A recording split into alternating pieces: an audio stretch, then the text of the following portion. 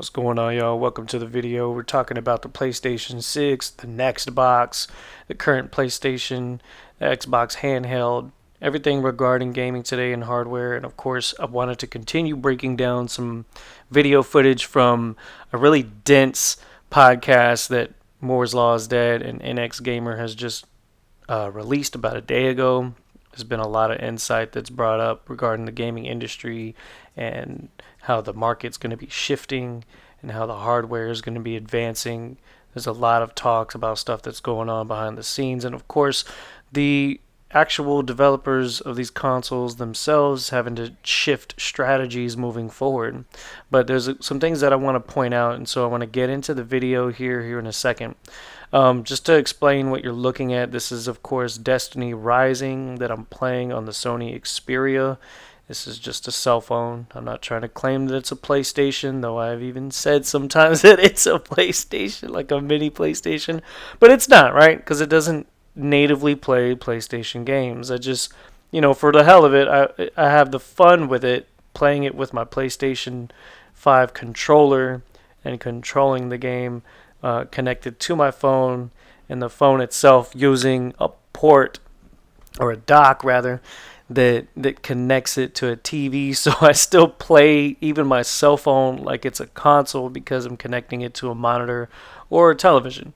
And that's how I'm playing it. And what you're seeing right now is playing with max settings at 30 frames per second. And the Snapdragon 8 Gen 2 processor is what you get in the Sony Xperia 1 Mark V. It's about a year and a half to 2 years old. And so it's not pushing the best frame rates, but it's a lock 30 with maximum graphics. And just because I have a PlayStation-like experience while playing it, it's not literally a PlayStation. It's just a cell phone. Now, anyways, back to the conversation. I want to check out a clip here from Moore's Law is Dead. We're going to be talking about the next Xbox and the PlayStation 6. Check this shit out, guys.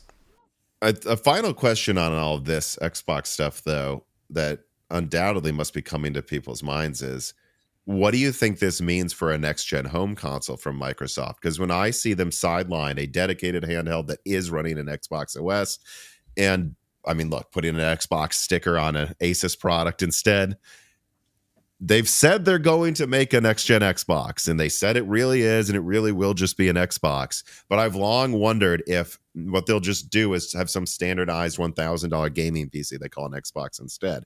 After seeing this announcement today, that's the way I'm leaning, is that their next-gen Xbox is going to be a gaming PC. I think you're right, and I said this before many years ago. I think that's where they're going. It will be a desktop. It will be abstracted at a level. I'm pretty sure the next big machine they make will be ARM based. I don't think it will be x86. Really?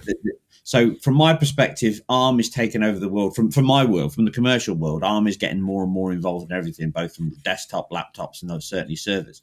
So I think that the future there is the fact that you can do more. ARM always makes sense. Risk-based approach always makes sense for gaming because it's better focused for that kind of hardware. You get more bang for your buck.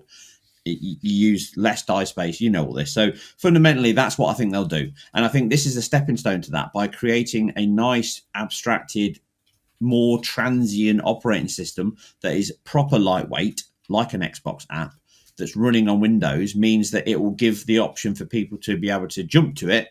And it might even replace Windows in the future, but certainly in a gaming function, it'll be an Xbox device, and that'll be a powerful PC, £1,000, and that'll be the next gen Xbox. I think price doesn't matter anymore. People will spend the money. So yeah, I think that's what they'll go with. And I wouldn't even be surprised to see them partner with Nvidia, make an Nvidia Xbox app, because at this point, all bets are off. AMD is just one partner of many, and Nvidia are heavily involved in ARM. To the point where they tried to get a license by buying a company. So there's all of that kind of caveat around the fact that if they can get a good deal from somebody, that would make even more sense. And if they remove all those barriers and make the software transient across any kind of piece of hardware, it means that they can then have their operating system being in competition again with SteamOS, which is being installed on various devices. So, yeah, I think the next Xbox will be just a PC in all but name. Mm-hmm. There's a lot to unpack from what they were just saying, but a lot of this seems to be the direction that they're actually taking, right? So let's just take, for example, the idea of it being a Xbox PC, right? To what extent would it be a PC? Now, of course, consoles themselves are computer entertainment systems, but what differentiates them from PCs is the fact of the interchangeability with CPUs, components, motherboards, basically do-it-yourself capability, or at least being able to upgrade periodically or as new hardware is released. PC has that flexibility. But there's nothing particularly holding back Microsoft from just saying, you know what, fuck it, gloves are completely off. Let's just go ahead and focus on the hardcore market, since that's the fan base that they still have left, right? They have a hardcore fan base that's left. Why not just give them what they want? Give them the powerful console that says Xbox. And it may not actually be a PC in the sense of it having interchangeable parts, kind of like what they're doing with their handheld, it's considered a PC because it's possibly made by a third party, like Asus, for example, right? Or it could be a different company altogether that builds some kind of proprietary hardware system that has it basically cornered in its own right to whatever it is. For example, why not just have a strong CPU that's going to last a whole generation and have a proprietary GPU that is relegated to a specific confined space within the device that can be changed out as new ones get made? However, the new ones that get made have to also be proprietary that fit in with that same slot, basically. So it can't be too different in its dimensions. It still has to fit in that spot. And of course, PCs are like that anyways, but it's more constrained with consoles, right? Because it may or may not be the same size of a PC GPU, but it could at least be a little bit larger than your typical console GPU. And so that's going to change things if they go that route. Now, of course, one example of them already doing that is what they've done with the SSD. The Xbox's SSD is a proprietary SSD, and so they have full reign over the pricing of it and can control it and keep it whatever price it's supposed to be. So there's some stability at play when you consider that option, right? Because whereas the GPU market can fluctuate and GPUs can go for outrageous prices due to supply and demand, what if they do an approach similar to how Sony handled the PlayStation 5 Pro and actually offering it directly from their store, where you would wait in the line digitally and then you would just order it and then you can get it, right? Like, there's more control there. There's less chance of there being, any kind of, scalping or anything like that. And so you would have to really try to avoid that at all costs if it ever came down to proprietary hardware that's being sold.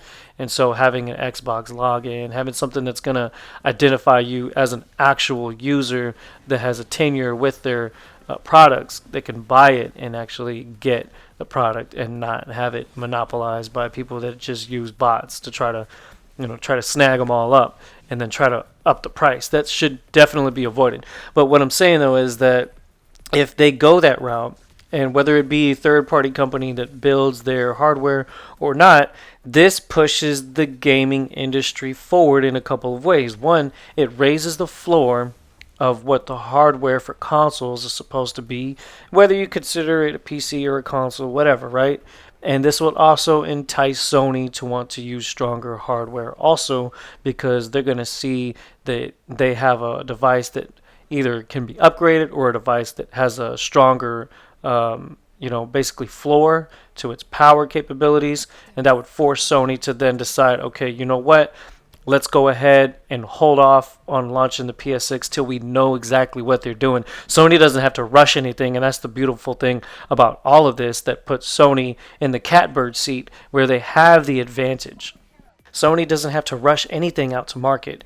In fact, what I want to bring out, we'll talk about this later in the video because there's more specific details regarding the technology that's going to be at play for companies like AMD. But what he mentioned I want to touch on is very interesting, because he had mentioned the idea of Xbox going with Nvidia. And I think that actually makes a lot of sense. One, because currently Nvidia has a monopoly on the GPU market for PC. And they're green, they're Team Green. So why not have Team Green team up with Team Green, right? Xbox or Microsoft and Nvidia, right? Also, another thing too is that Xbox doesn't necessarily have to go with AMD for their CPU for their next device. If I'm not mistaken, I believe Nvidia is even working on a CPU of their own. ARM is something that he mentioned. I'm kind of skeptical about the idea of Xbox leaving the x86 architecture, because that would definitely put all of their old content in the past, right? That would mean that backwards compatibility and things like that would be much more difficult, if not impossible, to obtain. And so I think that what's more important for them is to just try to make a powerful piece of hardware. Now, did that work with the Xbox Series X? No. But that's mainly because the hardware that was being targeted would be your lower to mid-tier range hardware. If Xbox is going to make another piece of hardware, they should just forego the mid-tier and just go high-tier. Why not make a $1,000 console? I mean, of course, Phil Spencer, a liar that he always is, he literally said, we're not going to sell product and move market share with $1,000 consoles. And so you would think, oh, well, maybe they're not going to do that. And maybe they won't do that. But why not when they have the money to do it? And especially if it's going through a third-party company, then they just purchase it on demand, and they're going to be able to basically fill store shelves with what's the demand is, instead of having access, materials that are sitting in assembly lines waiting to be produced. They're not going to have to worry about that. So that is an efficient way to look at it. But the question really is, how strong would you want to make that console? And then the other side of the coin, before we continue, is how strong would Sony have to then counteract this with their hardware, knowing that if they continue to launch their products on Steam and continue to have some of their games show up day and date on Valve's Steam OS or Steam stores, right? Then technically that whatever Xbox's next device is may have the ability to run through Steam some of these games natively at an advantage in power, right? Whether it be more frame rates, whether it be more ray tracing, or maybe even path tracing, or whatever features are available for the developers to create. How is that going to affect Sony's decision making with allowing games to be pushed over to the next, to outside sources other than their PlayStation ecosystem? And so it raises that question. I personally like the question because it pushes the market for consoles to then further approach the power capabilities of PC. And that's exactly my thinking. I don't want the power of a PC. I want the power of a console to approach PC if we are going to start having games coming out on multiple platforms. There should be parity, or at least an extension of parity in power across the board that allows PlayStation gamers to be competitive against PC gamers. If I'm playing, Warzone at 120 frames per second on a PS5 or PS5 Pro against PC gamers that have a 4080 or a 5080 or maybe even someday a 6090 and can push frame rates upwards of 200, 300, 400 frames per second, how does Sony then strategize for something like that? How do they strategize against having their content playable on other platforms that may possibly have a power advantage? So you got to think about it like that. How does that look for Sony? How is that going to benefit their player base if they allow that level of flexibility? Will they allow that level of flexibility? And if they allow that flexibility, how does that affect their decision making with what their next console needs to be? What power capabilities they need to aim for? Well, we're going to answer some of those questions with some very possible and very close realities to what we're looking at with some more information. But let's take a look at some more of their discussion here, because again, there's a lot to chew through, and we've already gone 15 minutes into this video, and we're really just getting started. Sony and AMD's integration together, working on Project Amethyst, which is basically Sony as PSSR, AMD as FSR4, but we're going to share info as much as we can and try to make each other better. What do you think that means for the future of Radeon graphics on PC, knowing that with developers, knowing that we have Sony, and really Valve helps now too, Sony, Valve, and AMD all teaming together to make this upscaling tech? Like, how much of a leg up does this give AMD on catching up to Nvidia with DLSS? And what do you think that means for FSR support, which was a little lackluster with FSR 3, but already with FSR 4, it's way better support in for how long it's been out. What do you think this means for the future of that in Radeon? Again, I think this is around the fact that everyone's playing catch up. And when it comes to technology in the gaming space for Nvidia are leading the market, and they continue to lead the market. And I think it's a classic one where Nvidia never stands still. So all Amethyst really is, and Sony are in the same fight now with AMD, is they are trying to catch up to where Nvidia is because they control the market. Is there a chance AMD actually gets closer to DLSS 4 than we think they might, simply because Nvidia is asleep at their wheel? Because the way AMD's acting is different. They have like 60 games supporting FSR 4. I don't even know if FSR 3 got 60 games supporting it before FSR 4 launched. And so there's clearly an aggressiveness here and a lack of aggressiveness from Nvidia, and I just wonder if maybe they catch up to DLSS 4 because Nvidia doesn't really care about gaming anymore. This relationship's going to work because Sony's involved, and therefore lots and lots of game developers are all going to use Sony's solution. And I guarantee you that the back end is going to be very similar from a developer's point of view. The front end might not be, but from the driver side of it, whether you plug into PSSR or plug into FSR 4 or FSR Redstone, they're going to be very, very similar, therefore path of least resistance. So I think that's where AMD are going to gain a huge footfall in terms of getting their feet into the ground on marketing, because when developers are making games, they're now going to go, I'm going to support PSSR on consoles, and I'll just flick it over and that'll be FSR 4 on the PC version. Jobs are good. And you're going to see more and more of that, I think, over the next coming 6 months, 12 months. More games shipping with FSR 4 from day one.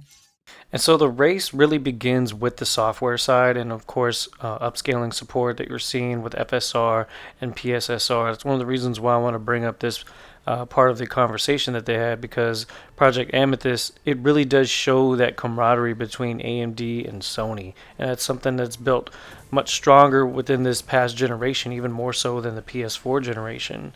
And the way that that's going, that's beneficial to both of them. Looking forward to the next generation and beyond, the sky's the limit, honestly. And one of the points that he brought out about Sony having developer support right alongside AMD is also really good, because we know Sony just gets all the games right now. They get all the games, all the major titles. They're getting Xbox's games, for crying out loud. And even their first-party companies that are starting to really branch out into other ideas, and really what Sony's doing with their investments is they're just picking and trying and prodding at different things and seeing what sticks and seeing what works. And so we've seen some of the live service games fail, but we've also seen some of them do good. And we know, of course, Sony's going to continue to keep making their main story-driven campaign style games that they're known for, which is also really good. And those are some of the games that really make the best out of that upscaling technology. And not just upscaling technology, but also other AI based things that they were mentioning that AMD has down their pipeline, with what they got planned for the future. It's going to be showing on their high end GPUs that they have in the works. This also bodes well for the current generation, and more specifically the PlayStation 5 Pro. The PlayStation 5 Pro having the ability to use the AI upscaling in a way that their RDNA 4 GPUs are able to some extent. It extends the capabilities of their console for the remainder of this generation, and so Sony's not in a major rush to get into some next hardware. Now, there's a couple of reasons why there's a huge advantage for them taking their time, and that's because that gives time for the nodes to mature that are being worked on by AMD and TSMC. We know that AMD had recently, about a month ago, ended their contract with Samsung with making 4 nanometer chips. So the 4 nanometer chips are no longer something that Sony's interested in, well, at least from Samsung. This is the first time in a long while that a console is released with the same node technology as the new graphics cards that are released on PC. What I mean by that is, of course, the PlayStation 5 GPU using the 4 nanometer process from TSMC was actually launched before Nvidia's 50 series graphics cards, which use the 4 nanometer process. What's also interesting to note is that some of the graphics cards from Nvidia's newest lineup don't even use the 4 nanometer, they use the 5 nanometer. They probably use the 4 nanometer for their high-end GPUs, but the 5060 and 5060 Ti have been confirmed to have used the 5 nanometer. And so, of course, what does that mean? It means there's less transistor density for the amount of the size of the substrate that's in the GPU itself. And what this also means is that consoles have the potential to be more efficient with the real estate that they use within the GPU if they're using the latest nodes. And it's not very common that they use the exact same nodes that are current in market with PC GPUs. That's only something that's just now happening because of the competition for power. Now, of course, the GPUs in PCs much larger overall in size than what you get in a console, and so of course there's going to be more power there overall. And if AMD is already working with 2 nanometer for their next generation of CPUs, then that means that 2 or 3 years down the line when the PS6 comes out, that they'll at least be using a 2 nanometer process for the CPU that's going to be in the PlayStation 6. And so we know that's going to be very formidable. It's going to be more budget friendly for the manufacturers because the node is going to be much more matured and it's going to be much higher yield at that point, and that of course will then translate to when they make the GPUs for the PlayStation 6 so that those yields can be higher. And then it really just depends on the size that they want to use. It's going to determine on how many chips they can make on each wafer. Now, as of right now, I've mentioned this in a previous video, that TSMC is going to charge $45,000 per wafer for the 1.4 nanometer chip, and I believe as of right now they're selling the 2 nanometer chips for about $30,000 for each wafer. That number is of course going to decrease over the next 2 years, and production is going to continue to ramp up at the Arizona plant for TSMC, so we can expect with good results for everything to kind of balance out as time progresses. And so again, AMD and Sony working closely together. It looks like they're already set 2 years ahead of time to be in the right position to push for a new console whenever the time comes. But again, they don't need to rush it. They really just got to take their time and react to whatever Microsoft does. And Microsoft knows this too. There was a reason why there was rumors about a new console being made, but then it didn't happen. You want to know why? It's because the 3 nanometer process is what was available for market, but it's just the success rate of the yields just wasn't happening. This is something that showed very obviously in Nvidia's decision to go with the 4 nanometer process recently instead of going with the 3 nanometer, which would have made the 50 series much more powerful, but because it just wasn't ready and because the wafers were much too expensive for them to actually use for their products, you're probably seeing the result of that in the industry right now. This is something that I've always been telling folks. You need to pay attention to how successful the science is. When you're dealing with things that are at the nanoscale, it's so chaotic that it's hard to reproduce something over and over with consistency. And this is something that I've learned and I've even seen firsthand dealing with photolithography and ion etching and things like that, where I've at least had hands-on with the chemistry and the physics behind some of these major, like processes that are used at TSMC and fabrication facilities that make these types of products. It's not easy to do. It's really difficult. And as you get closer to 1 nanometer, like they're already getting, you can expect those wafers to go up in price. But give it a couple years and perhaps we'll see some better results. And by that time, that's when the PlayStation 6 will really start to take shape. And so I'm really excited where the industry is going. And I'm going to tell you right now, the reason why this is so exciting is because it's almost like consoles have the chance to catch up a little bit closer to PC than they even realize it.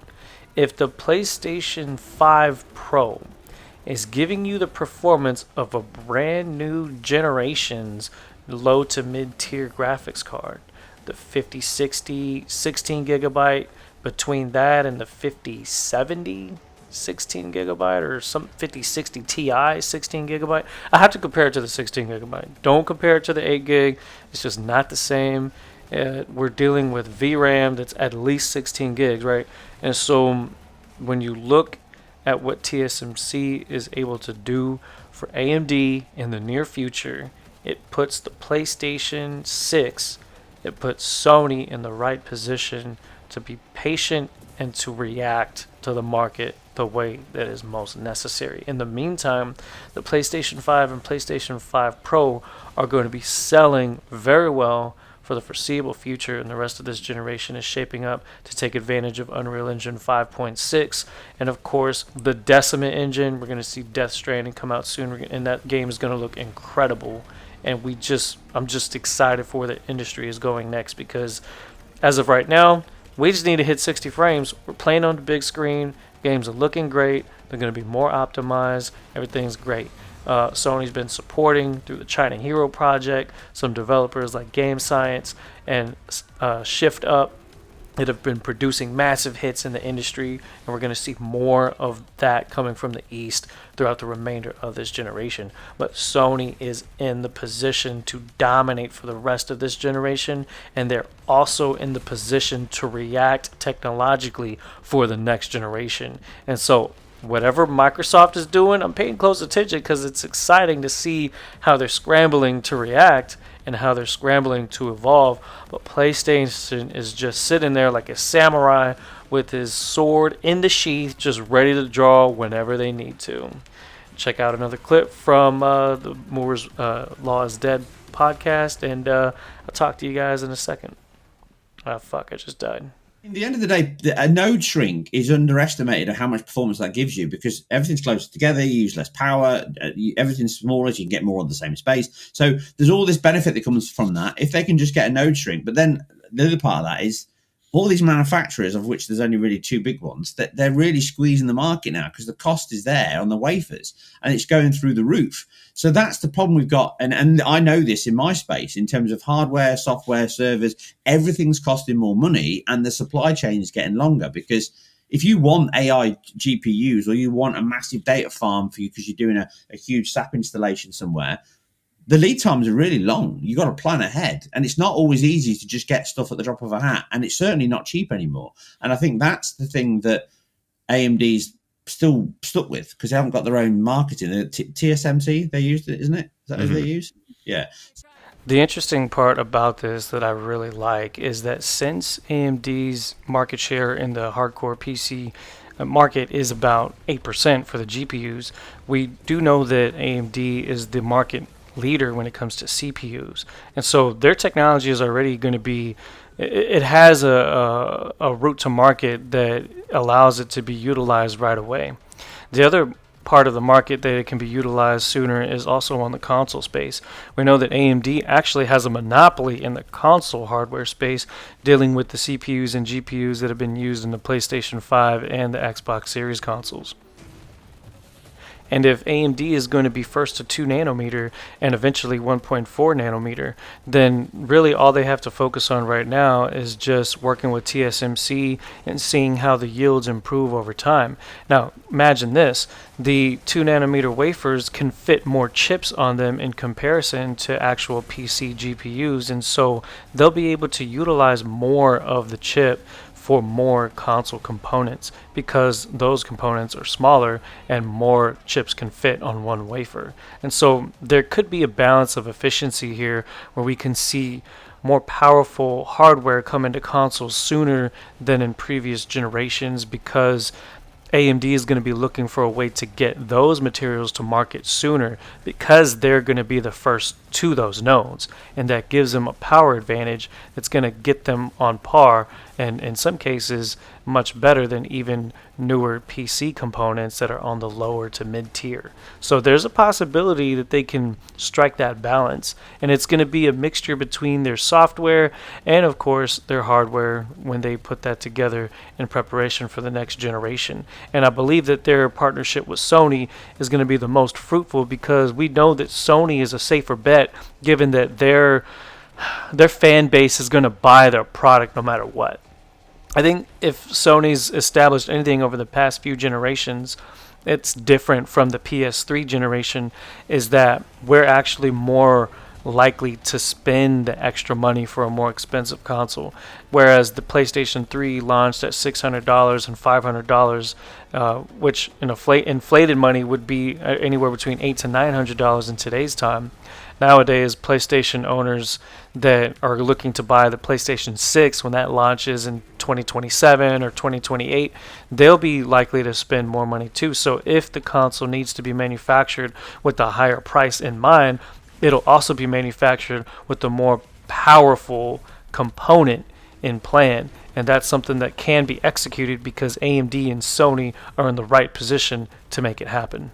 They're in a situation where they're governed by the prices they get on those chips. So, and the people who manufacture them know their value now. And Nvidia have got a huge buying power with that, and I've heard, squeezing people out. They're reserving stuff to make sure that other people can't get it, or they're getting first dibs on it, same as Apple do. So I think that AMD's problem is they need to do something quickly to make that impact. I would love them to launch a top-end card at a decent price. But I think that the cost of the hardware now is so high. Well, we know publicly. I leaked this a month or two ago, and then AMD came out and said it. They're going to be first to 2 nanometer, I think, before Apple.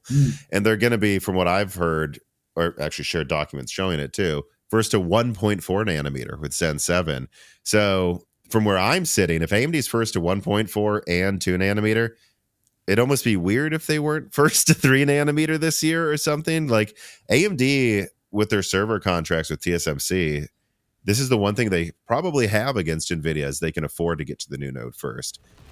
And so if power is the name of the game moving forward, whether it be PC or the console space, then Sony has the ability to go all out and do that if they need to. And of course, given the flexibility that they have, that they don't have to rush anything else out for the foreseeable future and can just react to what the market starts to show, then again, that puts them in such an advantageous position that allows them to counteract whatever Microsoft does, or heck, what even PC does. Because PC is basically allowing Microsoft to call their devices Xboxes, while also taking some of Sony's first-party games and putting them on their storefronts and allowing them to have access to it through an alternative route. Sony may actually be okay with that because, again, Microsoft's not making any money from the games that are being sold on Steam. Okay, and so that's perfectly okay with them. And so give it about 2 or 3 years and we should see the 2 nanometer and 1.4 nanometer nodes start to show up in some of AMD's products. It would behoove them to put them in products sooner rather than later. It would also behoove them to put it in products that have a higher market share than in products that don't have a higher market share. Imagine if they make stronger PlayStations that then start to take market share from PC anyways, just because people that play on PC want more power. People playing on PlayStation are going to want more power, and so gamers are going to win in the end. And it's actually going to bring more parity and make the game space even more competitive than ever before. So it's exciting to keep an eye on some of this stuff, and I wanted to bring this for y'all guys to see. For those of you that stuck to the end of the video, y'all some real ones, and I'm glad that you stuck around so you could hear what I had to say about this, because I think that the industry is in for a rude awakening, and PlayStation is ready to show everybody once again that they're not to be fucked with.